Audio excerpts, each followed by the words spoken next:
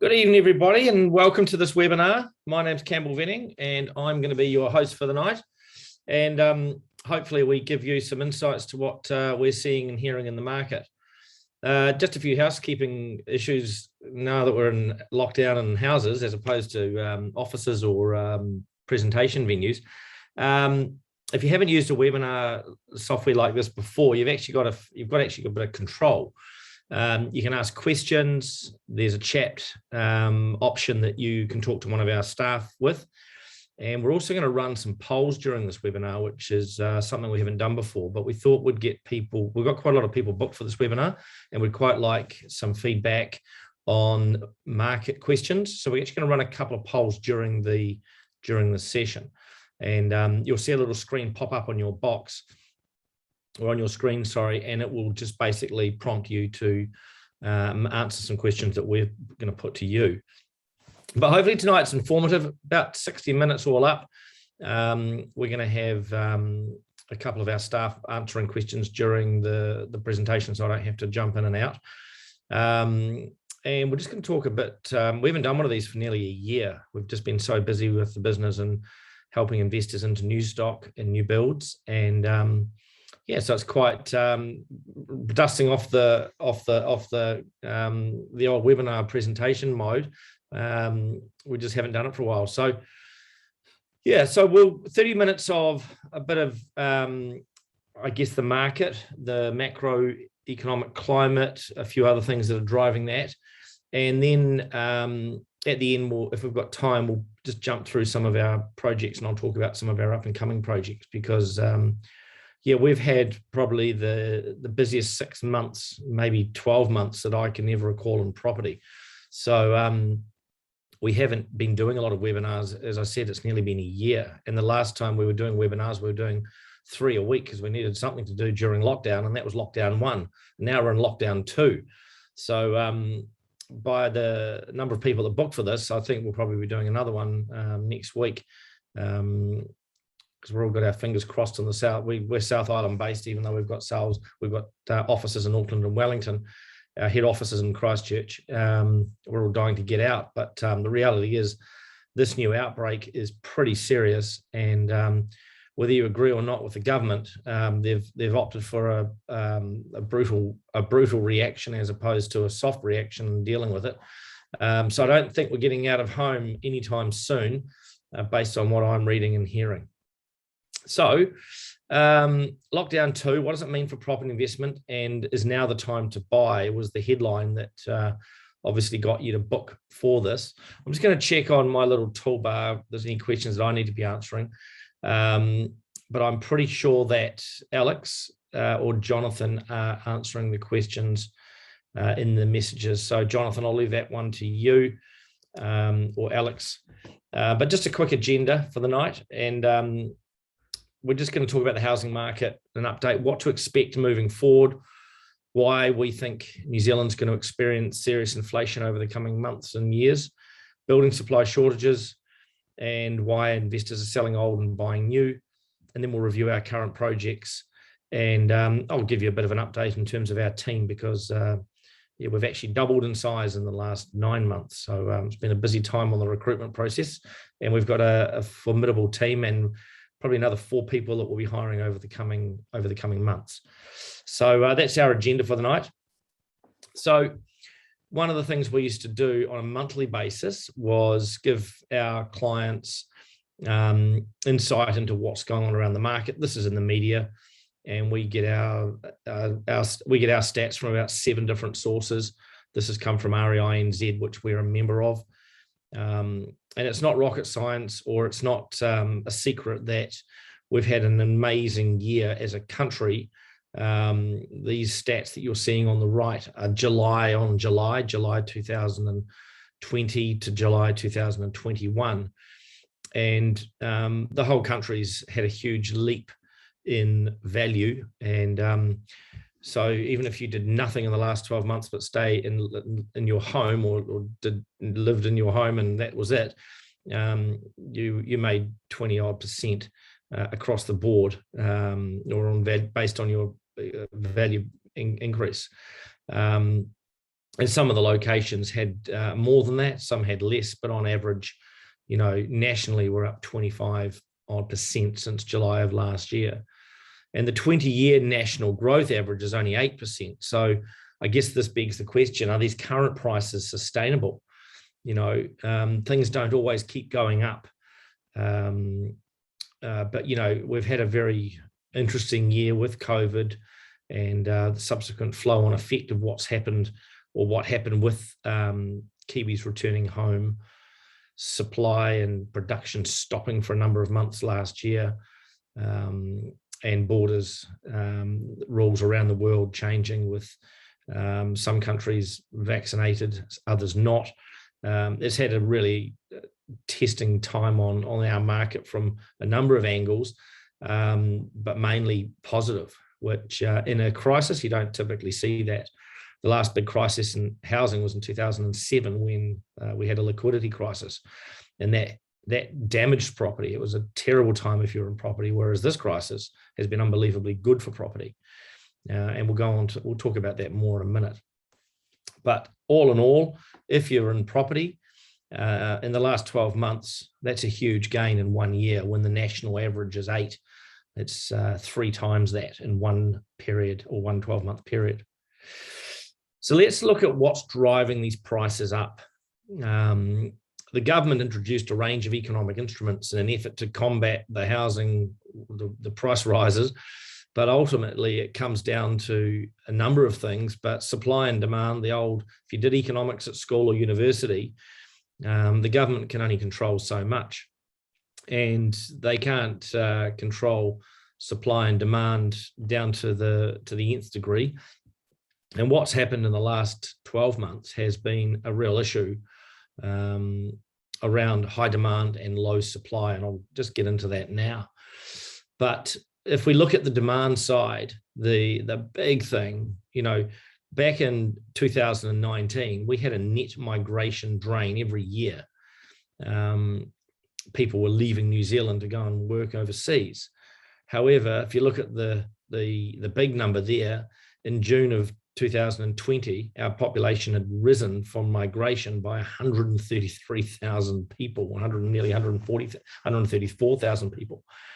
And that was all off the back of COVID, with Kiwis returning to New Zealand. So if you've got a stagnant population growth, or a declining population growth, and all of a sudden 134,000 people come home, and that was just till June of last year. We had another 32,500 people come home since then. All of a sudden, that's changed your market. Even though we're a country of 5 million, 133 highly productive and wealthy people, typically if you live overseas, you're in that category, has an impact on your market. And on top of that, we had supply issues, which I'll get into in a minute. But if you looked at New Zealand in 18, 4.9 million, June of 19, 4.9.5 million, well, not quite a half, but another 56,000. And then you look at June 20, that jump is not a small blip. So we are now suffering the repercussions of a huge number of Kiwis returning home. And, most of the economists that we speak to don't believe it's over. And a lot of these people won't be going back, even if they could chase bigger incomes back overseas. A lot of them have come back and settled. They've been here for 1.5 years now. So demand has gone ballistic in a short period of time. And the $1 million question is, will they leave or will they stay? And most people that I speak to who have come back from overseas, they're in their 40s, 50s, or even 60s. The thought of uprooting again and moving back to their country where they had the big income isn't all that palatable. So a lot of people have come back for good. And we haven't had an international climate to allow young people to do the big OE that turns into a 5 to 10 year dig. So that's demand. That's what's really been at the forefront of this. And then we look at supply. We work in an environment with a Resource Management Act that is extremely slow, lethargic, and process driven. And there's been a huge, there was a gap with COVID, and then all of a sudden we've got this huge construction boom going on, which has overloaded councils to the point that they're taking more than twice the time to put out consents. And this is just clogging the supply channels, and this is just one measure of it. But regulatory compliance has had a huge impact on slowing down of construction.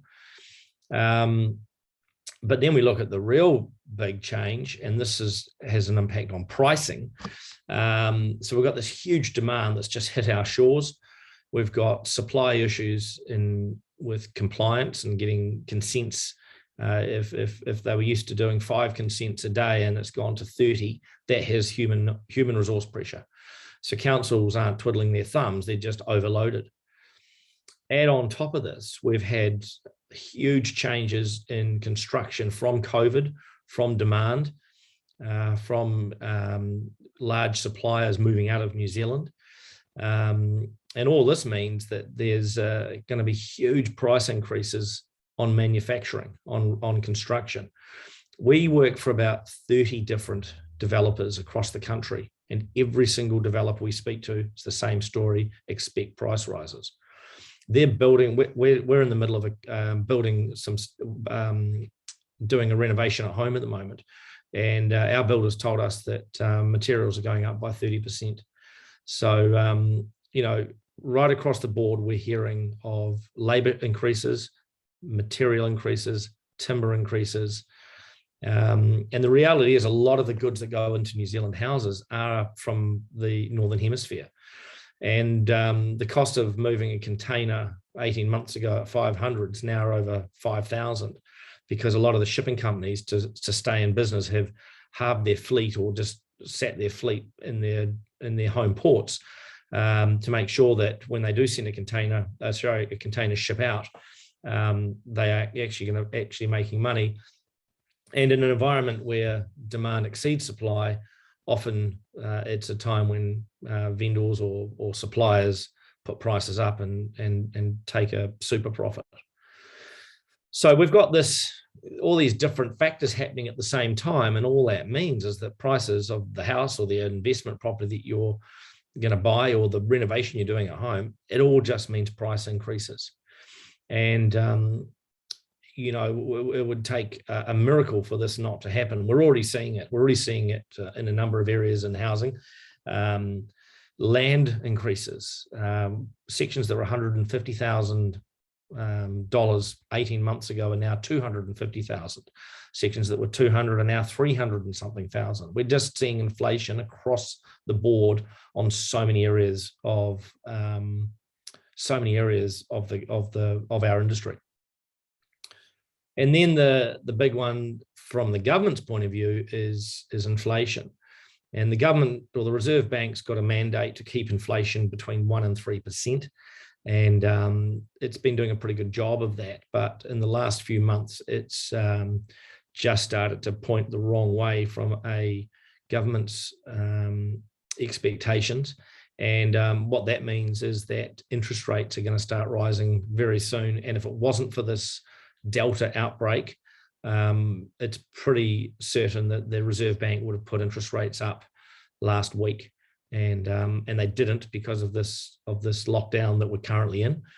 But we are now pushing outside of the 3% band of inflation, and that just puts everything up, not just housing, but food, petrol, etc.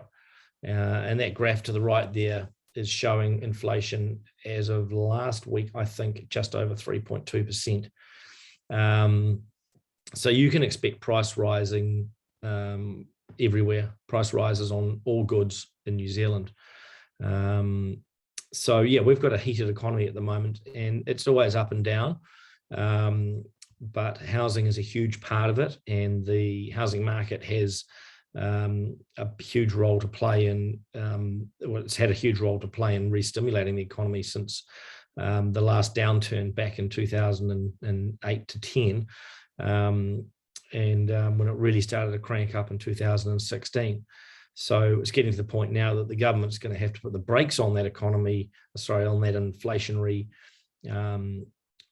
price rising, and one of its biggest levers to do that is interest rate. So we're of the view that by now, get your interest rate locked up, so that you're not having, and we've got experts in our business that help with interest rate management, so that you're spreading your debt across different periods, and because we're moving into an inflationary market. So this official cash rate is the interest rate that dictates what we get paid if you're putting money into the bank for deposit, or what we pay if we're borrowing money.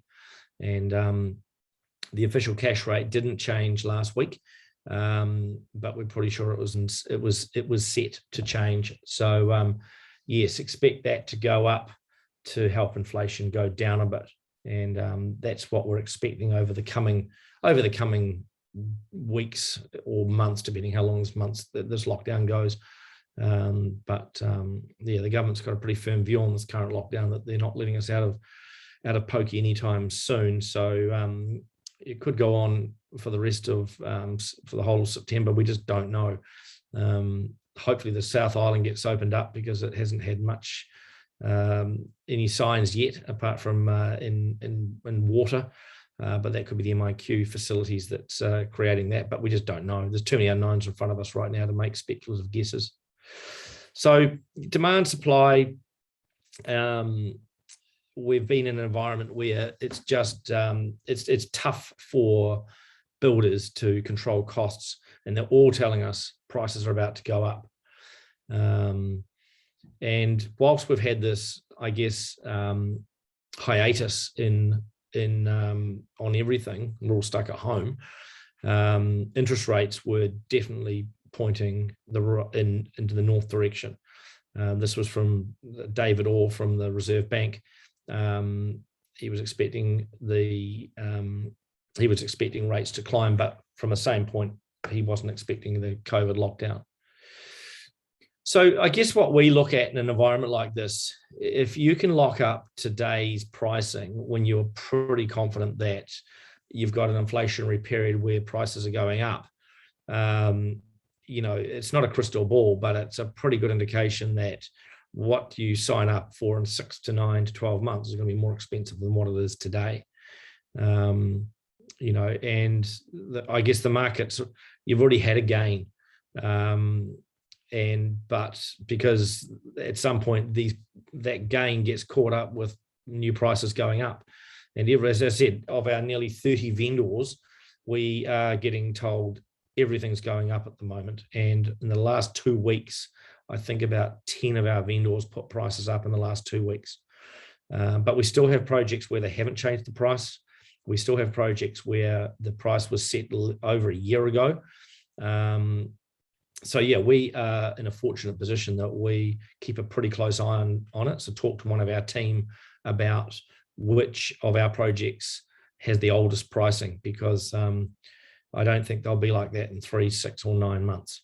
In fact, I'd be shocked, because I'd be then questioning whether or not the builder can deliver it for that price, because I know that they've got material price increases ahead of them. And ironically, this extra demand that we've seen in the country, it's not really ironic, it's just economics. And you've got another over 200,000 people that have hit New Zealand shores, with more coming in.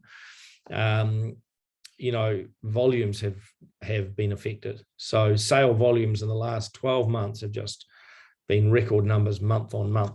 And that's just turnover of stock.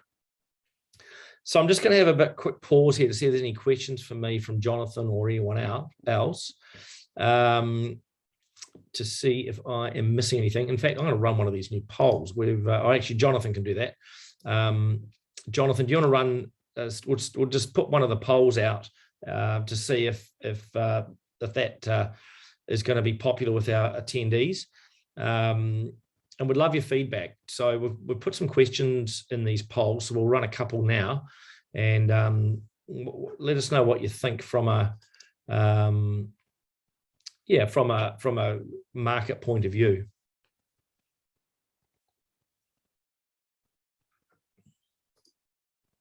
So I think, Jonathan, you got that going, Jonathan? I think you have.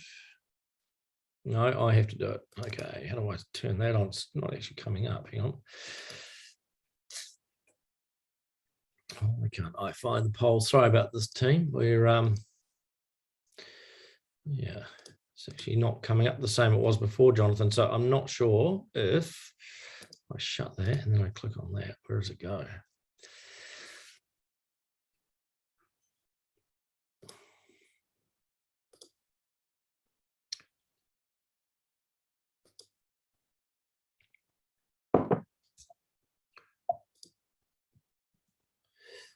Yeah, I'm quite curious because we actually had it running before. So sorry about this. The old technology can sometimes be a friend and not. But I'm just going to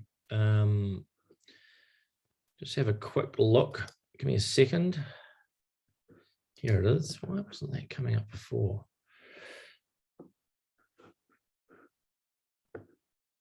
Okay, that one's in that.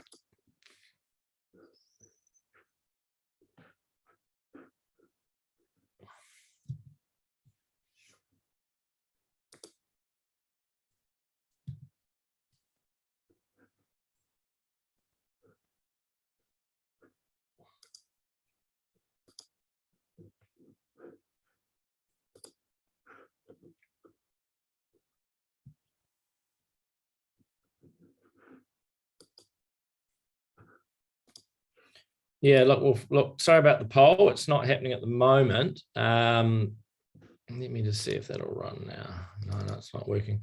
So look, next time we do one of these, we'll have the poll software. But we had a few questions just to throw back at our guests, just to see what they thought of the next 6 to 12 months. But we'll get that done next time.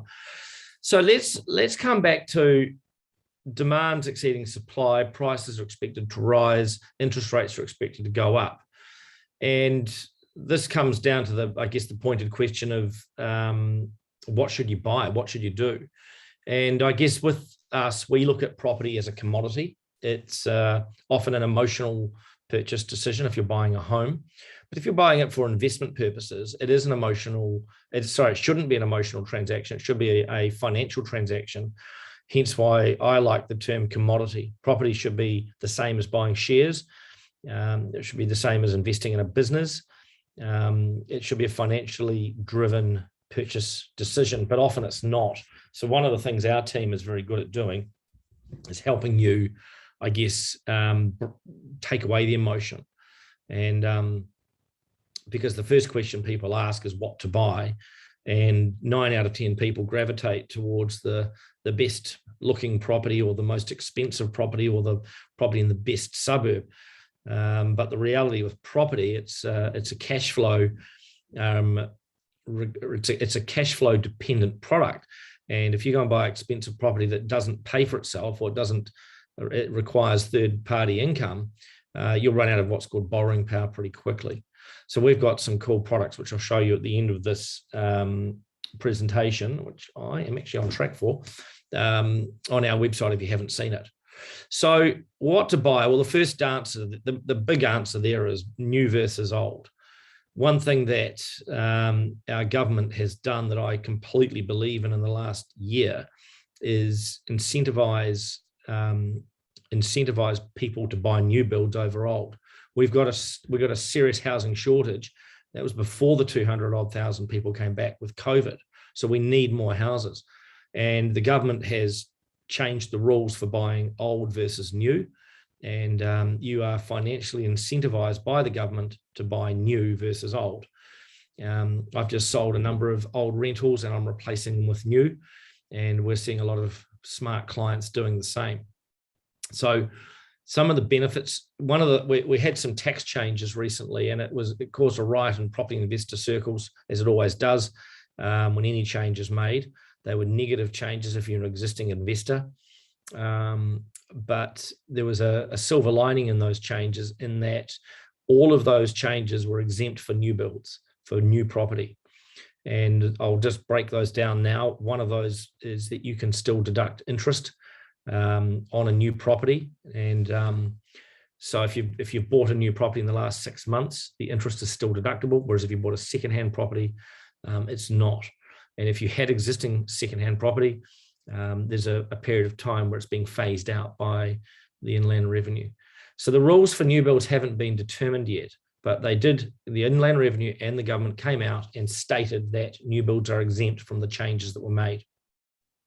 Bright line test, which is when you get taxed on gains if you sell a property, new builds are staying at 5 years, whereas secondhand are now have moved out to 10 years.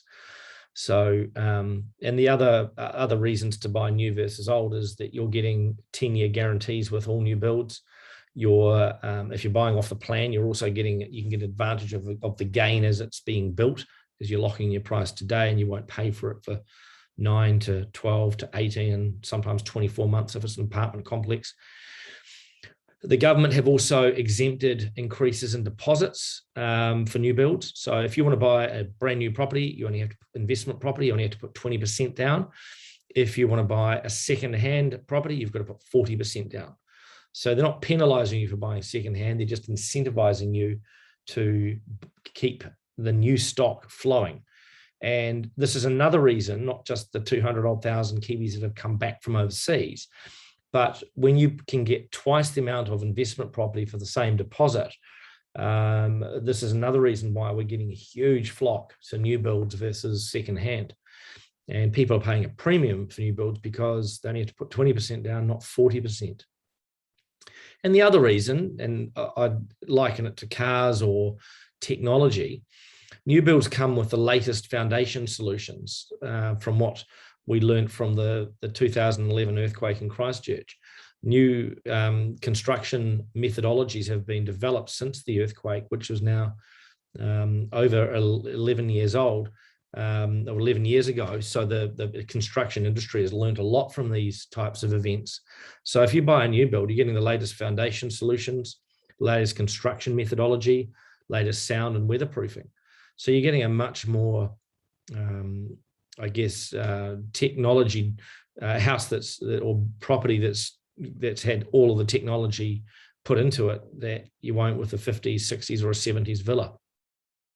And you get warranties with them on the building, and you can still depreciate a part of property that you're renting out, which is the chattels and fit out. And a lot of investors forget to do this, which is crazy because it's a tax deduction. Whereas if you buy a second-hand property, you can still depreciate the chattels and fit out, but your percentage that you'll get is so much smaller because it is also dependent on the age of the house. So there's a lot of benefits for buying new, but the big ones are interest rate deductibility. The bright line test is half, and you've only got to put 20% in versus 40. So for us, that's a huge difference. It can be the difference between buying two properties versus one in a rising market. You've still got to meet bank criteria. You've still got to make sure that, or the bank will still make sure that you can service the debt. And that's where our team can help you with some of the products on our website. But, this is another reason we're seeing this huge flight to new builds. And we can't see it changing for a while because the government is so short with housing supply. And we think it's only going to get worse with this inflationary pressure on costs. So, the message at the moment is buy sooner and buy new. So what I'm going to do now, that's almost that's a miracle. It's 7:30. I'm never on time. This is I'm going to buy a lotto ticket tomorrow. I am never on time, and I'm 30 minutes in, and that's exactly when I said I was going to jump to our project. So I'll just have a look if there's any specific questions that I can answer as a group. Answer to the group, sorry. But I'm sure Jonathan's been doing a diligent job. What I've got here, got one from Roy. With the recent change in tax deductibility, would new builds bought today by investors still have deductibility when it gets sold later on? That's a great question, Roy, and it's one of the ones that we don't know the answer to yet. We don't know whether it's going to be 10 years or 5 years, or if it stops after you sell it. But common sense would prevail in these situations. We're pretty sure that if you buy a new build, it comes with a 10-year warranty. We're hoping that it's going to be tax deductible for 10 years, but who knows? The government might make it 5. We just don't know. But all we know is that they've said that new builds are exempt from the recent changes. And at some point it may change, but if you decide to sell it in year 5 and they change the rules, then you will have had the tax benefit for those 5 years of your interest rates on your interest cost. But good question. Will DTI limit the property price increases? Quite follow that. Somebody's asked about the services that we offer. I'm going to get into that in a minute. So yes, absolutely, we'd love to do that, because we're doing some pretty cool things behind the scenes with the Property Factory at the moment. And it looks like Jonathan's been doing a good job answering those questions. So send them through. Sorry, I couldn't get the poll going, but technology gets the better of us, especially when you're over 50 like I am. So one of the things just a quick summary of our business. We started up the Property Factory as a bit like I said, I look at investment property as a commodity. Buying investment property should be a process. It shouldn't be an emotional decision. It should just be a straightforward process. And we've now got 25 odd projects across the country. When I say projects with multiple properties in them. And we've got about 4 more in the pipeline that'll be launched in the next 2 weeks. So keep an eye on our website, keep an eye on our emails. But one of the things that we do is that we present and represent properties the same way. So I'm just going to jump into 4 of these properties, and then I'm going to take you for a quick tour of our website. And that way you don't have to look at me all night. But this is a project in Queenstown. And I remember in the global financial crisis, everybody in property was hurt one way or another. It was a tough time. We had massive drops in value. Finance was pulled. Loans were impossible to get. And Queenstown was one of the toughest places hit. And because there were so many investors in Queenstown. Queenstown is currently in the same boat with tourism right now, in that it had huge, we've got short-term property in Queenstown. And we had bookings cancel with all this. Every time there's a COVID lockdown, bookings cancel, because short-term accommodation is impacted with tourism doors being shut, or tourism avenues being shut. So you could look at it as a nightmare location, but as the infamous Warren Buffett says, when others are being greedy, be fearful, and when others are being fearful, be greedy. The one thing that has changed significantly in Queenstown or Central Otago is a lot of those 200,000 people have moved down that way. And I look at the auction rate, the auction clearance rates in Queenstown and Wanaka religiously, and the numbers just they're staggering. They pretty much sell everything at auction or within 7 days of auction. Prices have kept rising in both locations. I have not seen any price drops in Queenstown in the last 12 months. I've only seen prices flatline or go up, and mainly going up. In fact, they've seen some record prices for apartments around and houses in the Queenstown area. And we were tasked with selling this property, an apartment complex in Arthur's Point, which is near Coronet Peak. And there's only 7 left. And the reason I'm talking about this one specifically is that the price has not been put up on this yet. And based on it's already built, so it is a second-hand property, but it's only 18 months old. It also comes with a $30,000 furniture pack, because it's been run as a hotel. So you're getting high-end furniture with it. And in terms of Queenstown pricing, it's well below the median. So it ticks a lot of boxes for an investment property. And if someone said to me 10 years ago, Arthur's Point would be a good location for an investment property, I would have debated it with them. And I would have said, no, it's not. It's an island. It's out there on its own. But if you go to Arthur's Point now, you have the change has been unbelievable. You've got onsen hot pools. You've got Nugget Point Hotel, which is a huge hotel. You've got the Broken Heart Gin restaurant. You've got a pizza, pop-up pizza restaurant. You've also got the old famous Gantley's, which is now a craft brewery and bar and restaurant and cafe. Arthur's Point has had huge population increase around it. So you've actually got a community out there, and I've probably spent 15 nights there in the last 3 months. and it's busy all the time, and it's still having money spent on it by the council with footpaths and bike tracks and roads. And talking to a lot of locals in Queenstown, they actually really like the quietness of Arthur's Point or Arrowtown now compared to the hustle and bustle of the CBD. So Queenstown's changed a lot. And I look at this, the meter, we talk to developers about different stock, that everyone keeps an eye on each other. And some of our North Island developers can't believe the meter rate of this product that we're selling it for, in how low it is. So this is still a great deal in our opinion. Yes, we're right in the middle of no tourists hitting Queenstown, because no tourists are hitting anywhere at the moment. But once everyone's vaccinated and once the borders open up, you're going to see Queenstown going back to its hustle and bustle. But don't expect these prices to be like that when it happens, which is why now is the time to lock these down. So there's only 7 of 24 of these left. We've got when I jump onto our website, you can actually spend a bit of time looking at these. So make sure you check this one out, because based on historical occupancies in the short-term market, these properties are really, they're over 10% yielding, based on a proper tourism economy. Built by one of the biggest builders in the country. Quality, we've had building inspectors or property inspection companies go through them. We've had them peer reviewed by builders, and we have not had a negative comment about it.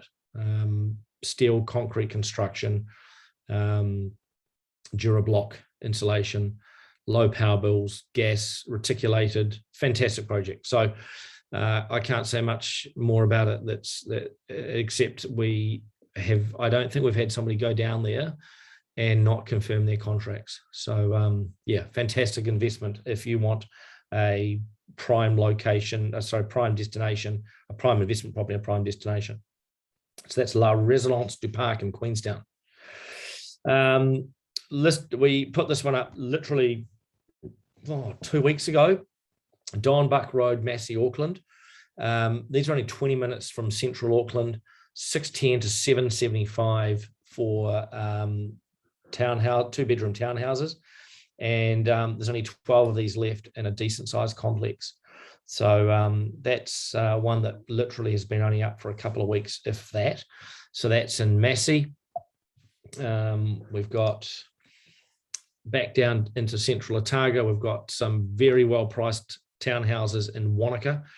Again, these are 650 to 7 or 660 in a location with an average house price of over 1.1 million. Wanaka's capital growth has been up there with Queenstown, over 8% for the last 20 years. And these are cash flow positive based on normal tourism, normal tourism numbers.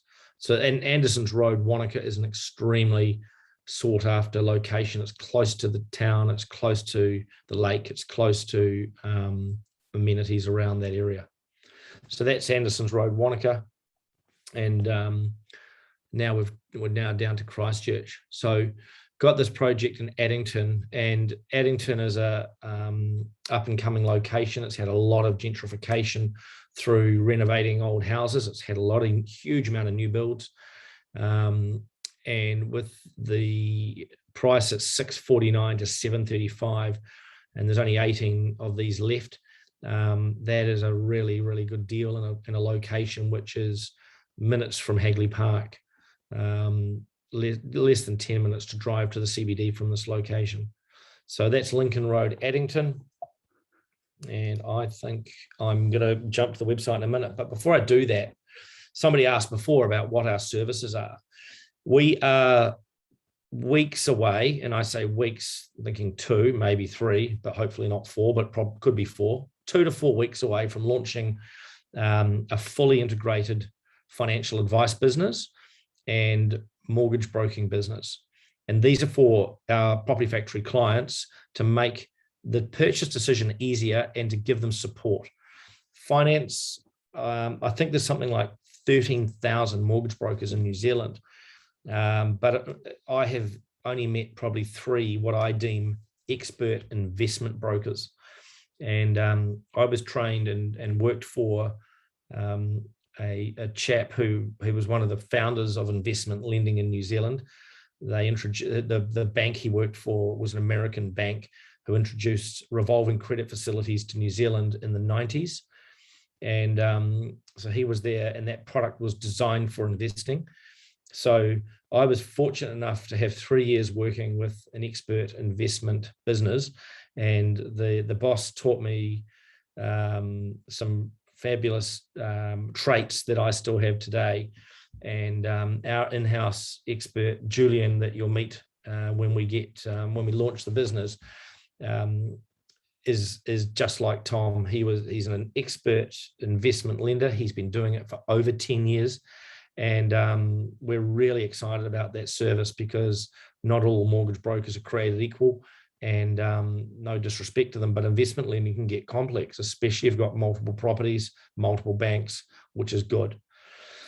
So more about that later. But one of the products that we've got, which we're really proud of, that you can do online in minutes, is what we call an investment capacity report.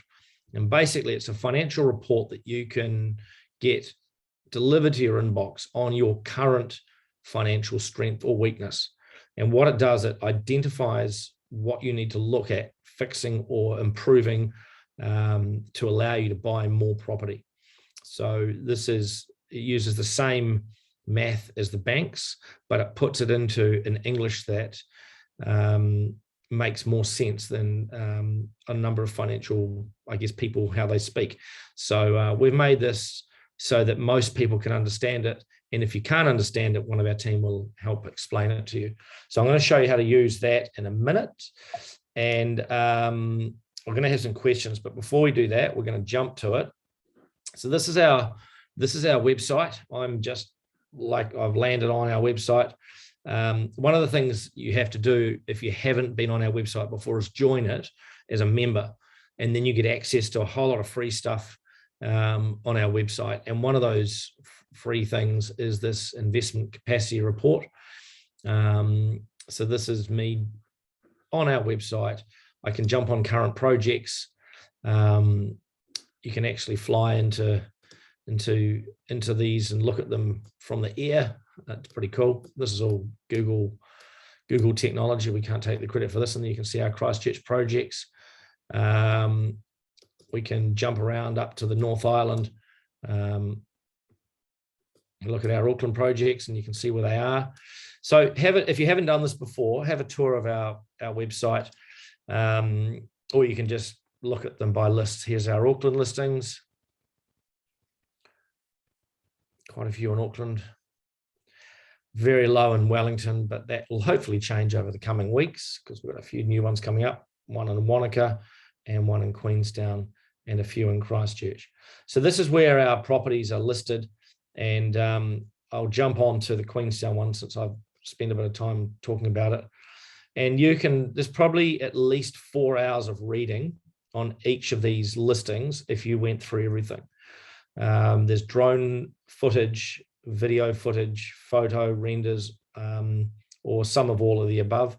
On each project, there's a live price list, and you can see here that there's only 7 of those Queenstown properties left.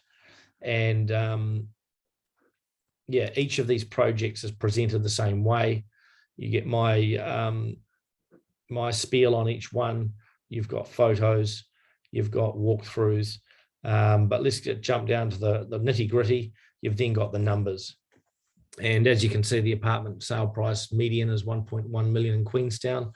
We put a property clock measure on it, and we set it about 8 o'clock at the moment. Then you get the high level numbers. And then we've got this wonderful little photo library. Before you can hold a property, contact our team, or secure one. You can actually secure a property on our website, and all automatically. And then you can also download cash flows, brochures, floor plans, property management agreements, body corporate information, furniture pack information, site plans. You can even download our property investment software, or property analysis software, to do your own numbers. But if you just want to look at the numbers that we've done, I will just click on one of them and you'll get, this is for the accountants and the number crunchers, but we'll provide you with 10-year cash flows on every deal that we've done. And again, our team is there to help you understand this if you're not a numbers person. All of the assumptions that we put into these is on the left-hand side. But again, this is the level of detail that we get into when we're analyzing every single one of our deals. So that's the, every property has the same information type, and you can do your own calculations, or you can download our software. So, so what I'm going to jump back to is that investment capacity report, because I started talking about it and then I got a little bit distracted. But so under our members dashboard, you can look at our current projects. We've got market updates, webinars and events. And as I said, we haven't been doing those for a while. Community resources, we've got a Facebook page. We've got a lot of free software downloads. You can also listen to podcasts in our community resources area. But then we jump on this investment capacity report, and it will take you at least 4 or 5 minutes, maybe 10 minutes if you read everything on the page. But when you enter into all your information here, you will be sent and emailed a report that gives you an overview of your financial position from how the banks will look at you as a property investor. So that's all automatic. That happens digitally. And once you've got that report, we encourage you to talk to one of our team to help you talk through it. So yeah, now that I'm 12 minutes clear of 8 o'clock, I can now do some Q&As, questions and answers. Please, if you get a chance, look at our website, jump onto the Property Factory's website and jump into that members dashboard. We've built our website to help first home buyers, property investors, and what we call first home investors. First home investors are people that have bought their first home, and they've bought it knowing that it's probably going to be their first rental. And so they don't get emotional about it. They don't overcapitalize it. They don't, as soon as it goes up in value, they pretty much go out and buy their first or their second investment property and their second home. So that's what we do. So that's our property website. There's a lot more to it than that. I won't take you for a full tour because I'd rather do some questions, but they keep an eye on events. We'll be doing more webinars over the coming weeks and months, and keep an eye on our projects, because pretty much every week right now we are launching new projects around the country. And we've also got our track record. You can scroll through and look at our historical projects that we've done. And as you can see that we have a relatively long history and track record of selling off the plans. And I guess that's what we are very good at, is off the plan sales, because we do it based on numbers as opposed to emotion. So without further ado, I am going to look at some of these questions. Someone's asked about locking in interest rates for what period greater than 3 years. I remember in the good old days, you could have 10-year interest rates. You could lock it up for 10 years. And what we're doing there is we've got an expert in the business. His name is Julian. And Julian Ellis will help you make those decisions, because it depends on your current situation, Greg. And have a Skype or a Zoom meeting with Julian if you're not in Christchurch, and he will talk you through what he believes is best for you. He's a financial advisor, and what that means is that he is qualified to give you financial advice on your specific circumstance. Someone else has asked a good question. What are other areas in the South Island are good to buy property? That's from Joey. Our team came to me the other day with property opportunity or listings in Ashburton, Timaru, Oamaru. And I thought, no, we won't be doing investment property in those locations. But this 200,000 Kiwis hitting the shores has actually changed the demographic of our physical lands. And if you look at Christchurch now with the Western motorways, getting to Ashburton is quicker than getting from central Auckland to Manukau City. And Ashburton is not 100 kilometres from Christchurch. It's less than 100, but it's over 80.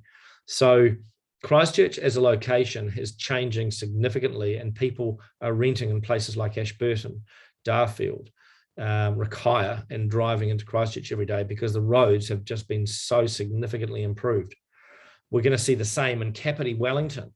When Transmission Gully opens up, hopefully this year, if they can get it open this year, but even if it's early next year, it's going to change the whole Kapiti coast in terms of commuting time. And that changes where people will go and rent. So yes, all of the locations we've got on our website are great locations, but we will be looking into the regions over the coming months to ensure that, one, there's a strong tenant demand, two, prices make sense, and three, that we think there's some capital gain ahead. So we're already out in there looking in those locations. So yeah, Joe, I haven't said this is the best place to buy, but what I've said is that the regions, we've gone for the main centres or the areas like Queenstown and Wanaka that have had historical growth, but we will be going further and further afield into places like Blenheim and Nelson, Ashburton, Timaru, Oamaru over the coming weeks and months. Someone's asked, do you have projects due for completion in May 22 at current cost? Yeah, we do. We've got a couple of apartment complexes in Christchurch which finish middle to the end of next year. Apartments take longer to build than townhouses or houses because they're a more complex beast with steel and concrete and deep piles. So yes, talk to one of our team about projects that are over 12 months away. What's another one? Is there an oversupply of housing stock in Christchurch?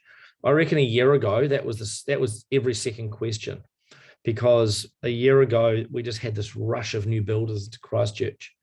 I do not know of any vacant property in Christchurch from our sales team, from our purchasers, and from myself.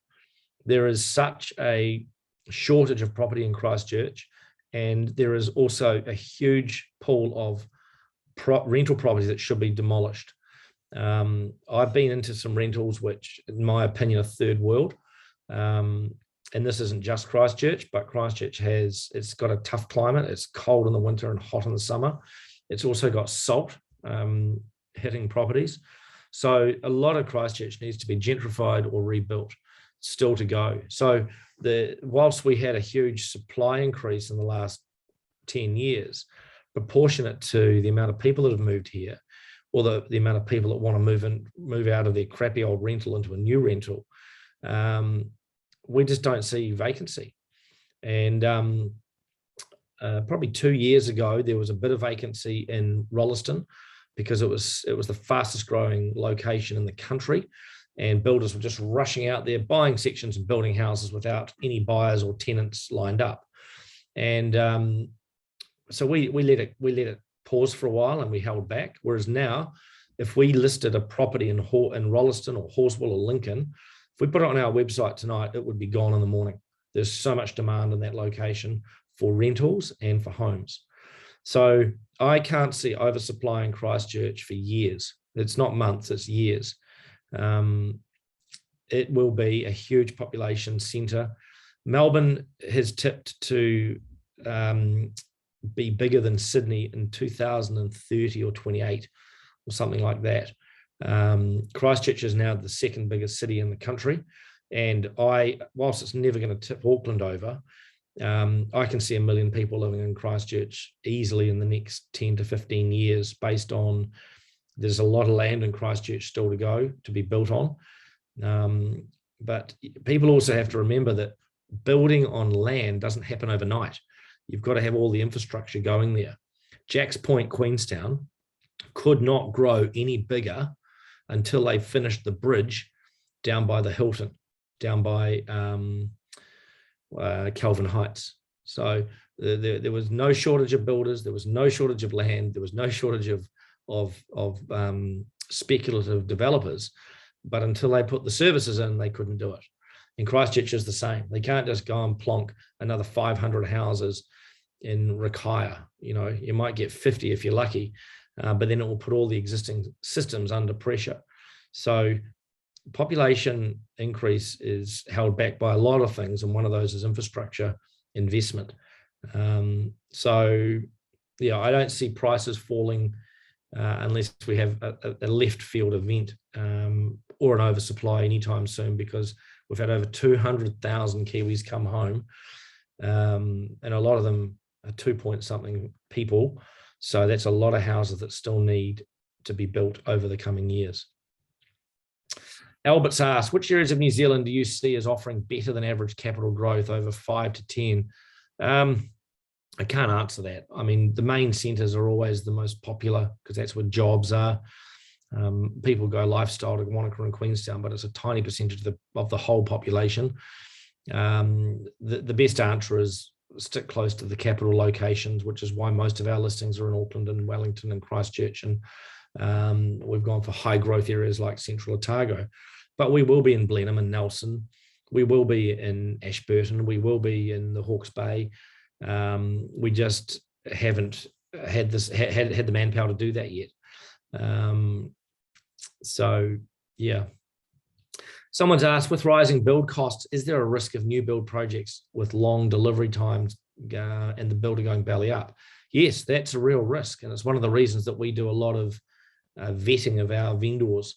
We would probably turn down 1 in 5 projects that we get asked to list, and we've just we'll have found something out or heard something, or something hasn't felt right, because we don't want our clients to be involved in a project that's gone bust or fallen over. They still typically get built, but our clients are sitting in limbo, and it's frustrating and stressful. So we look pretty hard at who we work for, and the properties that we put on our website have been vetted by a number of our team. And I've been in the industry for coming on 30 years, so I can find out whether someone's real or not pretty quickly just through a network of people that I've worked with over the years. But good question. Right, someone's asked about the change to our team. So we now have 11 sales investment consultants who are expert in talking cash flows, talking the numbers with new builds. They can explain why houses are different to townhouses, different to apartments. I'll make a mention of apartments here. Every time I go into the office and sit in a sales, I don't work with the sales team. I work on the listings or the developer vendor side of the business. And I've now got 2 very smart young men helping me do that. So that's why we're going to see more and more projects getting onto our website over the coming weeks and months. But we've now got very seasoned, smart people. We've got 4 in Auckland, we've got 1 in Wellington, and the rest in Christchurch. And we can pretty much look after most questions. You know, I've said our team, Andrew, my business partner, and I, we've seen everything in property from good to bad. So there's not many questions we can't answer. There's not many situations that we haven't seen. I've actually seen twice in my career the same property sold twice unconditionally, and these things happen. So when they happen, you get the experts in to solve them. So our team are smart and they're ready and willing to help you. So by all means, they don't cost you anything, but as seasoned investment consultants, I don't think I've never had a team like them. So please use our team. They're amazing. You can get their contact details off our website. Someone else has asked me of my insights into Dunedin. I used to own property in Dunedin. Like the rest of the country, it's had huge growth. The only part of the rental market that scares me in Dunedin is students. They're tough on property. They're not 52 weeks of the year.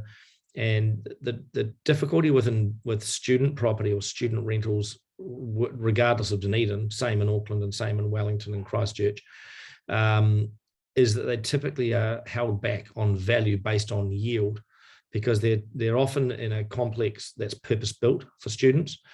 So they act more like a commercial property. And if I was going to buy a commercial property, I wouldn't buy investment accommodation. I would buy a commercial tenant. Dunedin as a location is only going to keep growing. but it's a slow place. You know, the main income comes from students. It's got a few industries, but in terms of a location from an economic point of view, it's a big population, and it's very reliant on the student dollar that is in that city.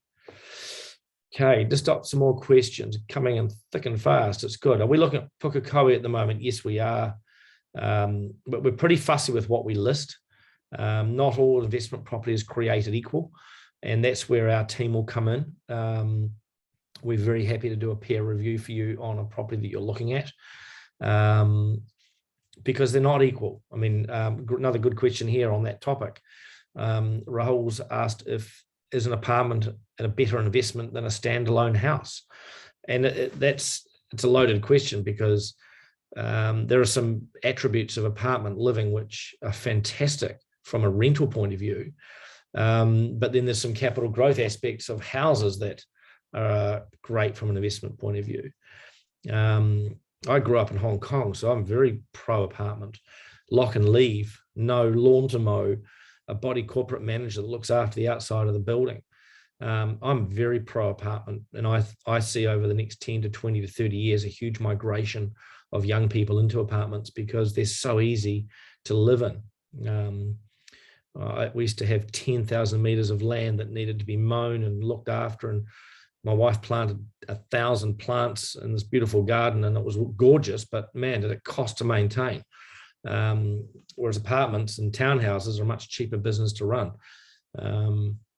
So it's not that it's better or worse. Your house with the land is proportionately probably going to go up higher than your townhouse or your apartment, but they cost more and the yield's typically lower. So it's about balancing location with property type. And we're a big believer that most investors should buy 4 or 5 properties over 10 years, and it should be in the main capital locate or the main centers, and you should have a nice balance between apartments, townhouses, and houses. Don't stick all your eggs in one location. Don't stick all your eggs into one product, because apartments have a much lower maintenance cost to you than a townhouse or a house based on steel and concrete and the construction methodology. They cost more to build, but whereas a townhouse typically is made out of wood, which doesn't last as long as steel or concrete.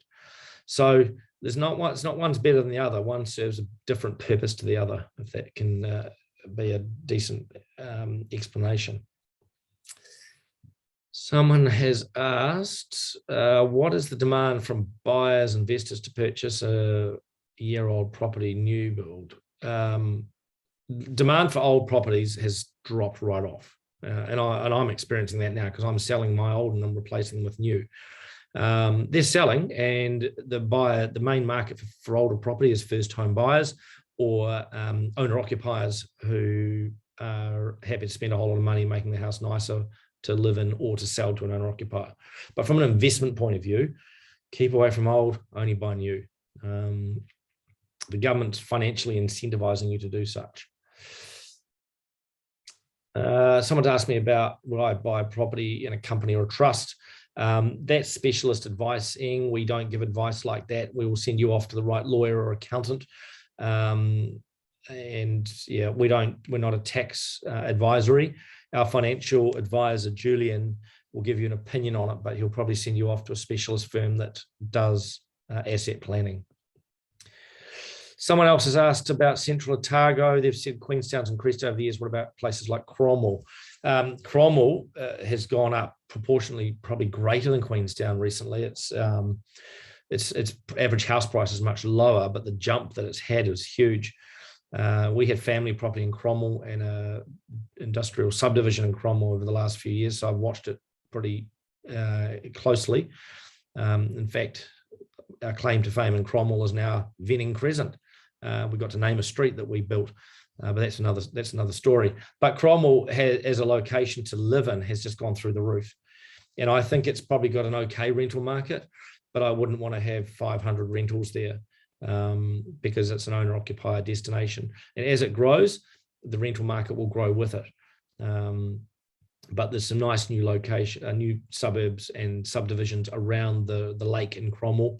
And so, yes, it's already had its jump. Pretty much the whole of the country has. Someone said there's been some further talk that the Reserve Bank government are looking at further reductions in the ability to deduct costs such as rates, insurance from rental property income. Are you aware of these possible proposals? Yes, we are. We talk to people in the banks and in the Treasury/Reserve Banks, just government area. The government wants to put the brakes on this exodus into property that we've had, but they're also cognizant that a huge part of it is COVID related. So until once the world dies down and goes back to normal, yes, I can see them putting more brakes on property investment. But remember, the government does not want to be landlord. It wants a private sector run investment market. It doesn't want to have Housing New Zealand with 200 or 500,000 tenants. So from that point of view, they've got to be careful what they do, because they don't want to stop people getting into investment property and providing accommodation for tenants. We unfortunately have a housing home ownership rate dropping. In 1980 or 82 or 85, somewhere in the 80s, we had the highest home ownership rates in the OECD, 82% or 83%. There are parts of Auckland now which has less than 50% home ownership. So as an industry, the government can't put the kibosh on investment property too much, because then there'll be nowhere for tenants to live. So it's a balancing act. Someone's asked about, do I have concerns in central city properties that don't have off-street parking? I moved to Wellington with my beloved wife in the 90s, and for our first jobs. And back in those days, you couldn't build an apartment without a car park. Now, Wellington City Council encourages apartments without car parks because they want cars out of the city. So do I believe in car parkless apartments? Yes, I do. Places like Christchurch, Dunedin, it's hard for them to get their head around it. But give it 10, 20, 30 years, it'll be very normal for people not to own cars, ride share, bike, walk, bus, public transport. And the other factor is it hasn't stopped those properties selling or renting. So not everyone it's a bit like the quarter acre. That quarter acre dream that happened in the 90s, that stopped really quickly. If it went from half acre to quarter acre, now people are dreaming of no acre. They just want the property and no land. Another question here. Apartments have that risk of becoming leaky. How do you minimize the risk? Well, you buy the right apartment. Everything can leak, but if it's built well, it'll last the distance.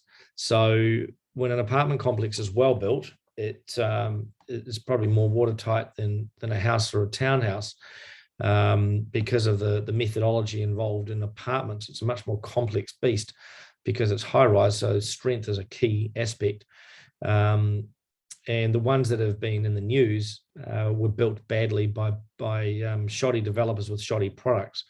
So yeah, from I guess from a product point of view, all apartments aren't all created equal. And if you've got the right builder on it, and you get the right, and it's all the great thing about apartments and townhouses with body corporates, you've got all of the information from when it was first built, in the body corporate minutes and in the body corporate meeting, AGM, all of those are public information if you're buying into it. So if there's any history with it, you'll find out very quickly. So I think I am pretty much done. I'll stay online for a bit longer. I'm now it's 10 past 8. I said an hour, so I'm 11 minutes over now. But I'll stay online for a little bit longer. And if anyone has any further questions, please put them through the Q&A chat. My good colleague Jonathan has done a good job answering those. But look, like I said, we've got 11 people on the sales team. We've got another 9 that support our customers. We'd love to help you into your first or your 5th investment property. And we would love to We would love to do what we can to help you become a safe and long-term and conservative investor. It's not a speculative game. It's a very easy process if you go down the path of investing on the numbers. And I know it sounds crazy, but you can actually improve your financial position by buying property 100% finance if it's based on your circumstances. We've seen a lot of clients do that, who after they've bought one, they're actually stronger from a banking point of view. So yeah, more on that when you talk to our team. So I'll just mute myself. I'll look at some of these questions and I'll be here for another few minutes. Thank you.